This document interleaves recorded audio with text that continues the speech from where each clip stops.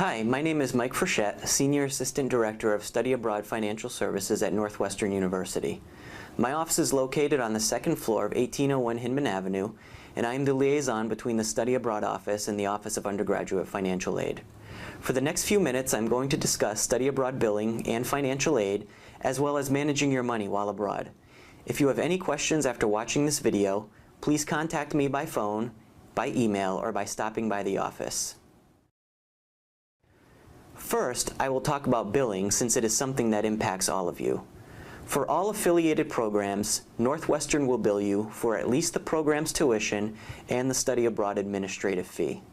Some programs will bill you directly for additional costs, such as room and board, and some programs will have Northwestern bill for room and board as part of the overall program fee. Be sure you know what the billing arrangements are for your particular study abroad provider. A billing chart outlining the billing arrangements for all Northwestern study abroad providers can be found on the Study Abroad website. You will receive your Northwestern invoice at the normal time. So for students going abroad fall quarter, you will receive your invoice on August 10th. For students going abroad winter spring quarters, you will receive your invoice on December 10th. And for students participating in spring-only programs, you will receive your invoice on March 10th. You will still be able to pay your invoice through Caesar, but the invoice will look slightly different than a typical invoice. The invoice will contain a charge for the regular Northwestern tuition amount, but it will also contain a tuition differential that, in conjunction with the regular tuition amount, will equal the overall tuition or fee for your program. For programs that cost more than Northwestern, the tuition differential will be an additional charge, augmenting the normal Northwestern tuition amount. For programs that are less expensive than Northwestern, the tuition differential will appear as a credit, reducing the normal Northwestern tuition amount. Regarding billing, make sure your student account with Northwestern is paid in full before going abroad. In addition, continue to stay current with your account while abroad to prevent a hold from being placed on your account. A hold will prevent you from being able to register for Northwestern classes. Be sure you have paid all parking tickets and library fines as well. Next, I am going to talk about financial aid. Students attending affiliated study abroad programs can use their aid during their quarters abroad. Studying abroad does not impact the expected family contribution. Instead, your financial aid will be adjusted depending on the cost of your particular program. If your program is more expensive than studying at Northwestern, then your financial aid will be increased. If your program is less expensive than studying at Northwestern, then your financial aid will be decreased. For programs that cost more, half of the increase to your financial aid will be in the form of additional Northwestern scholarship, and half will be in the form of additional need-based loan. In addition, because you cannot participate in work study while you are abroad, your work study will be replaced with additional need-based loan for any quarters you are abroad. For programs that cost less than studying at Northwestern, your work study and need-based loans will be reduced first, and then your Northwestern scholarship if necessary. For students going abroad fall quarter, the deadline to apply for financial aid is April 1st. Students going abroad winter and spring quarters or spring quarter only should apply by the normal deadline of May 1st. Students going abroad in the winter and spring will receive an initial financial aid package that does not take into account study abroad costs. The financial aid packages for those students will be adjusted for study abroad at a later date.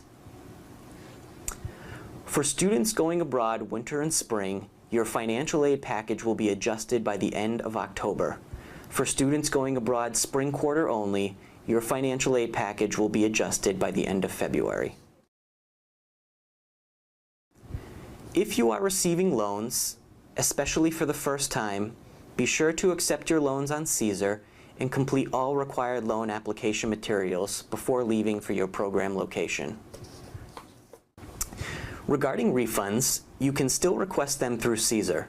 The earliest you can request a refund is the first day of classes on the Evanston campus. If you need your refund earlier than that, you will need to complete a release of funds statement, which you can find on the Study Abroad Pre-Departure Blackboard course. You should return this form directly to me as soon as possible. Students who submit the form will receive their refunds earlier than the first day of class on the Evanston campus. For students going abroad fall quarter, your refund will be processed shortly after August 10th.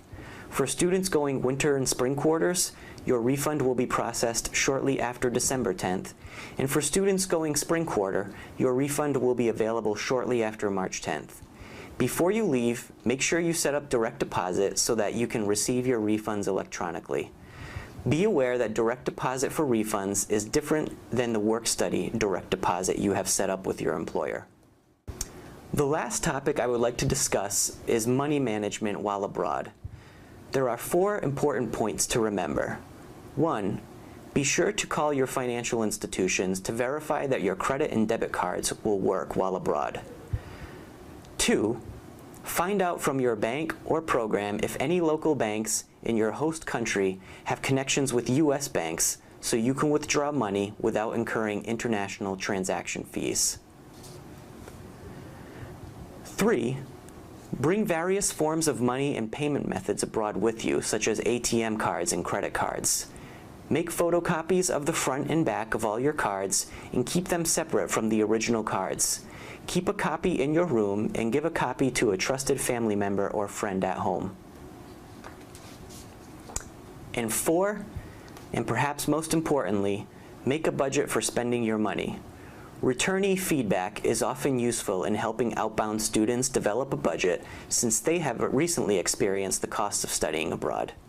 Remember that in addition to regular expenses such as food, toiletries, and books, you may have additional expenses that you wouldn't have in Evanston, such as train tickets, sightseeing expenses, or expenses for traveling around your host country or to neighboring countries. I hope this video answers many of your financial questions regarding study abroad. If you have any others, do not hesitate to contact me. Have a great trip.